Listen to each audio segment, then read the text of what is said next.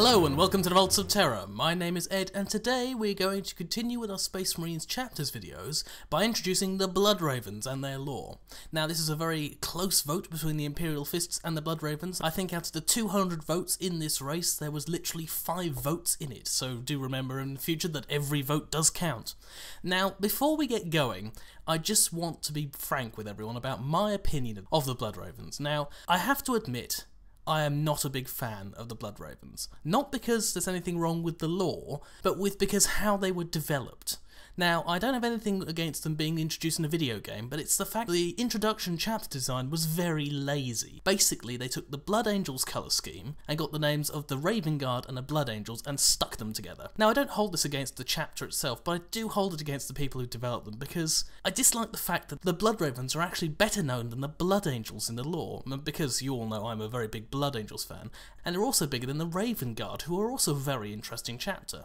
Now, I'm aware this isn't a big thing, but it's just because the story goes that I was at a wargaming shop, I had my Blood Angels out in the middle of a battle, and some kids walked up, looked at my models and said, "You've painted your Blood Ravens wrong." That really got to me. Just going in, I have nothing against Blood Ravens, and the Vaults of Terra will always be impartial in the information that we give, so we're not going to belittle them or put them down in any way, but I just wanted to get my opinion clear at the start. I'm really unhappy with the way they're branded. If they literally changed the name a bit, maybe changed the colour scheme up to be less like the Blood Angels, I would have no problem with them, but because of the fact they seem to subsume my favourite chapter, I am not a big fan. I'm aware other people out there are big fans of the Blood Ravens, and I'm sure I've probably lost a few subscribers from this little diatribe, but what I will do is try and present the lore now as impartially as possible.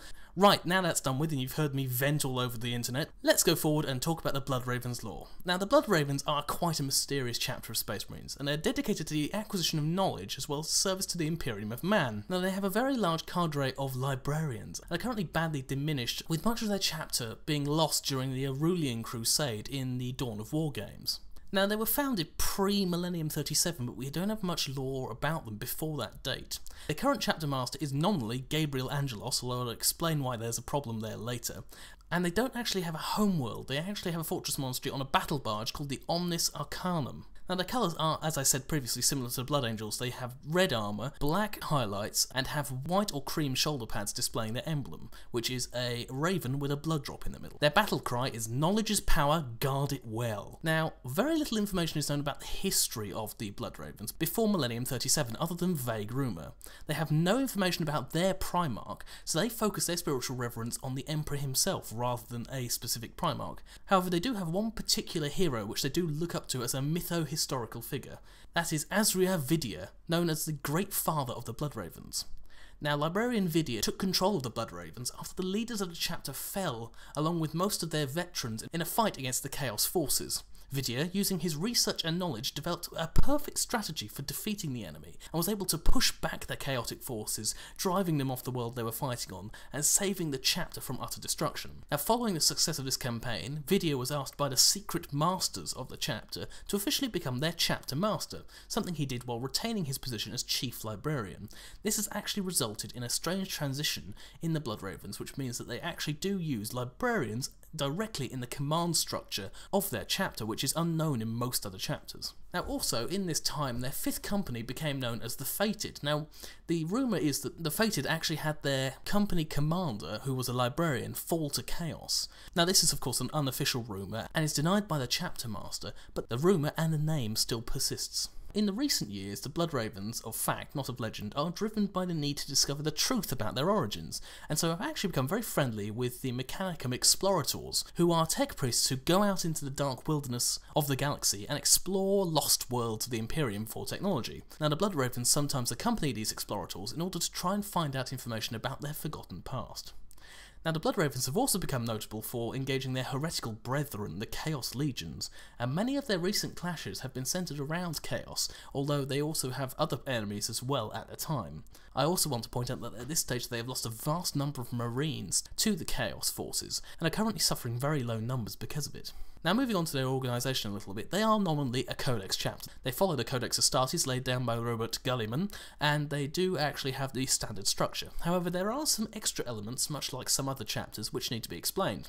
Now, as I mentioned, they do use librarians in their command structure, so you can have a librarian captain, a librarian sergeant, you can have a librarian chapter master, as you've seen.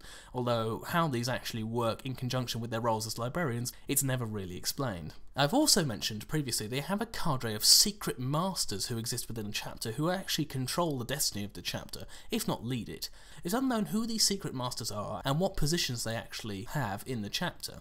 However, it's thought that they are the reason that Bloodravens have encountered chaos so often as they try and fight the forces of chaos wherever they can. One thing to mention is that the Bloodravens do have a high intake of librarian recruits. However, they do have a history of their librarians falling to chaos and becoming corrupted with their power. Initiates are also known to fail quite regularly, during their testing becoming either mutated or possessed by demons and having to be taken to a place known as the Tower in order to be studied to prevent this sort of thing happening again. Now, the use of librarians in a chapter does go beyond simple battlefield deployment. Now, above just using them in the command structure, a lot of librarians actually tactically plan the deployments of the Bloodravens, and they actually are known for being very tactically responsive, being able to go up against enemies before the enemies have even moved out, knowing how the enemy thinks and how they will plan to attack. This has led to some distrust from other Imperial organisations, seeing the Bloodravens as having a rather bizarre insight into enemy movements and thinking that they either have links to the enemy or they are using sorcerous powers to predict the movements of the enemy, which they're not really wrong about, but it does mean that the chapter is tainted with suspicion because of this. Similar to other chapters such as the Blood Angels or the Dark Angels, through their rather unique actions. As we've mentioned, the Bloodravens do not know which chapter they are founded from, and there's a lot of speculation as to which first founding chapter they could be descended from. Now, I'm going to give you a quick list here. Now, this isn't all-inclusive, these are just the most likely candidates that could be the forebears of the Bloodravens. Now, these are the Blood Angels, and this is based around their heraldry and around their armour colour, as are the Raven Guard. They are also cited as possible forebears because of their heraldry and the fact that they have a similar name. The Dark Angels are also rumoured to be possible first founding, but that is a little bit unsubstantiated. It's general rumour, and it's also around the fact that they have a cadre of secret masters in the Bloodravens, which is very similar to how Dark Angels chapters and their descendants are laid out. Now, another legion which they could be related to is the Thousand Sons. Now, this is a very popular belief due to their battle doctrine and some of their background lore, which I'll go into more detail later, as this is actually a topic that needs to be explored in greater detail. And finally, the last chapter they are known to be linked to is the Thousand Sons, and this is because they maintain a weapon of Rorgul Dawn in their armoury, which is a sign among many descending chapters of the Imperial Fists of Rorgul Dawn's favour, such as the Imperial Fist chapter, such as the Black Templars, the Crimson Fists, and even the Soul Drinkers were all entrusted by one of Rorgul Dawn's weapons, so thus the lore does dictate that it may be that the Bloodravens actually are descended from Imperial Fists. Now, as I mentioned, they are fleet-based chapters, so thus do conform to what a fleet-based chapter would be like. They have a lot of vessels, and they tend to go on long scouting missions to recruit new marines. However, one thing that they do have, which many vessels don't have, is a librarian on each individual ship, which is manned by a librarian who records everything that happened on the ship, as well as the mission testimonies from the chapter librarians who have travelled aboard. Now I want to go on and talk a little bit about Gabriel Angeles, who is the chapter master of the Bloodravens. Now, because of the ending of Dawn of War 2, now, spoiler alert, I may be revealing a little bit of detail about this, so if you don't want to hear about that, you might want to skip ahead a little bit. Now, the fate of Gabriel Angeles changes depending on your actions, and it's never been confirmed exactly which outcome is canon and which outcome is not. So, based on what we know, Gabriel Angeles can actually be dead or could still be in command of the Bloodravens. Hence, the leader of the chapter is a little bit hazy because of this slight variation due to the multiple endings through the computer game, which is not a bad thing, of course, but it does mean that it does leave this little bit of a lore void, which we hopefully will get clarified later on. Now I want to talk about, finally, the Thousand Sons connection. Now, I mentioned previously they have a similar battle doctrine, but there are a lot of other subtle hints within the lore which point the Bloodravens towards being related to the Thousand Sons. Now, a lot of people will be a bit confused about this, because if you know anything about the Thousand Sons, they are an ancient legion who rebelled during the Horus Heresy, and many of them no longer exist as actual physical forms. They are only dust within the armour, having been part of a ritual to try and remove the corruption in their body, but only causing their body to be completely destroyed and only the spirit in the armour remaining. Now many of you can question, how are you going to get a blood raven from that? Well, let me try and explain. Like I said, these are all hints, there's no direct in-universe connection, but a lot of this does make sense. Now, as I said, their battle doctrine is very similar, and also the heraldry of the Blood Ravens is similar to the pre-heresy heraldry of the Thousand Sons, specifically the Corvidae cult. Now, all Thousand Sons wore red armour at the time, which is a direct link, but the Corvidae cult actually had a black raven insignia, although that was just the head of a raven, not the whole bird. Another link is in the Horus Heresy series. The psychic Callista Eris had a vision concerning the fate of the Thousand Sons shortly before the burning of Prospero, where their planet was destroyed, and the prediction was, "The ravens, I see them too, the lost sons and a raven of blood. They cry out for salvation and knowledge, but it is denied." Now obviously that could be interpreted in a couple of ways depending on the lore, but a lot of people do link that between the fall of the Thousand Sons and the creation of the Blood Ravens. Another link is the Blood Raven's motto is "Knowledge is power," which was actually uttered by a Corvidae member, Gabriel Angeles, upon his decision to dedicate himself to discovering the cause of his legion's destruction, which was the rampant mutation within the Thousand Sons, and combat them. Arvida was a member of the fleet elements of the Thousand Sons, which was sent into hiding by Magnus the Red prior to the Space Wolves' attack upon the Legion, and therefore did not fall to chaos during the burning of Prospero.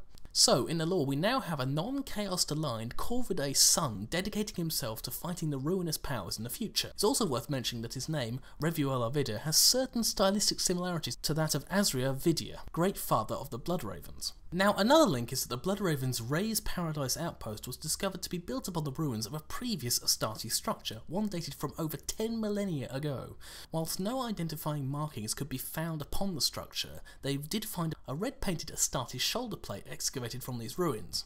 Now, this could lead to another connection between the Thousand Sons, although it's worth pointing out that the Thousand Sons were not the only chapter who painted their armour red. As I said, the Blood Angels Legion also had red-painted armour at the time, so it's possible that they could be an origin for this structure. We don't know. That's based purely on speculation at this point. And finally, relating to the books that were published about the Blood Ravens, on the planet of Arcadia, Librarian Rama of the Blood Ravens suffered amnesia and fell with the Prodigal Sons warband of the Thousand Sons sorcerer lord, Azek Ahriman. Ahriman kept referring to Rama as a son of Ahriman, a friend of Ahriman, and a lost brother. Also, when Rama locates an ancient Eldar tome called the Unfounding, it bears the crest of the Blood Ravens upon its cover. Ahriman also says that he once owned a copy, and so did Azria Vidia, who Ahriman actually says, "I knew Vidia better than you might expect."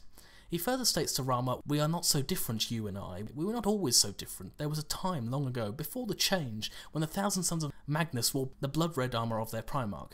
Now, we don't know if that means specifically that the Blood Ravens and the Thousand Sons are connected. It's a strong possibility, but it also could be the fact that Ahriman is trying to confuse Rama at this stage to make him question his loyalty to the Imperium, where in fact he's just creating a smokescreen and none of this is true. It also could be a fact that the Thousand Sons have actually provided all this evidence previously, as they are disciples of Tzeentch, who is the Chaos God of many plans within plans within plans, who always has a scheme going on, and so it could be that the Thousand Sons are actually just perpetrating this myth, and really they are actually linked to other chapters, hence why there is this confusion as to their origin. For now, all we can say is there is a strong link between the Thousand Sons and the Blood Ravens, but that doesn't necessarily mean they were a traitor chapter. It also means they have a stronger link in the lore between the video game based Blood Ravens and the rest of the lore that's based in the miniature world and in the book world. So that's everything I wanted to say about the Blood Ravens today. As I said at the start, I hope that was nice and objective. As I said, the lore is actually quite interesting. I've only ever been disappointed in the fact that they are confused with the Blood Angels or the Raven Guard, and the paint scheme seems a bit lazy. So hopefully you don't hold that against me. And as I said, we will continue with our other chapters videos later down the line. Keep voting, because the next up will be another chapter video. What we're trying to do now is get all the chapter videos that are popular out the way. What we'll then do is start on the Imperial Guard, but then inject some of the less popular chapter videos in with the Imperial Guard, just to try and keep things moving and keep things fresh. Okay, that's everything I wanted to say today. Thank you for watching, and we'll see you next time on the Vaults of Terra.